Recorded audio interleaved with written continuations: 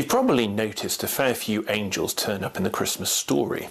It's worth noting that in the Bible on the whole, they don't show up all that often. It's more like one now and again. Then in the space of a couple of pages, one visits Zechariah, then one goes to Mary, one comes to Joseph in a dream, and on the night Jesus is born, a whole squadron turns up. That, compared to usual, is a shed load of angels. So who are they, and why are they all here in the Christmas story?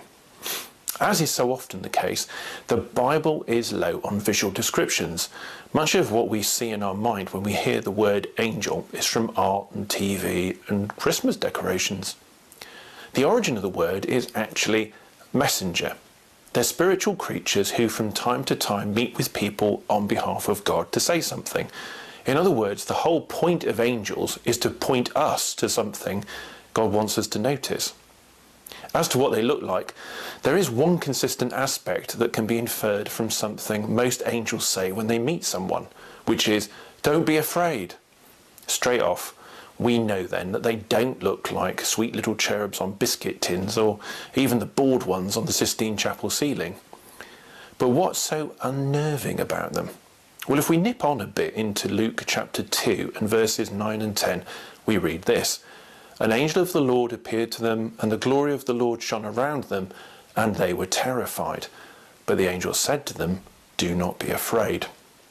So the first reaction of those who encounter an angel is fear, because there's something overwhelming about them. And the reason there is it's something to do with God's glory shining around them. Their power comes from their relationship to God, and it's the glory of God shining that powers the initial reaction of fear. All to say, angels make really nice Christmas decorations, and on a normal year they provide plenty of parts for kids in nativity plays, but they're not the focus of the story. Review the evidence. They're messengers from God to point us to something.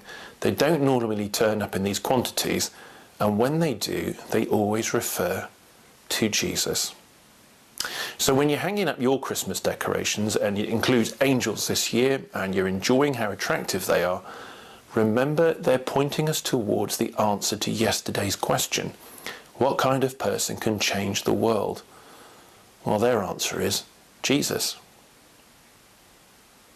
17 sleeps until Christmas.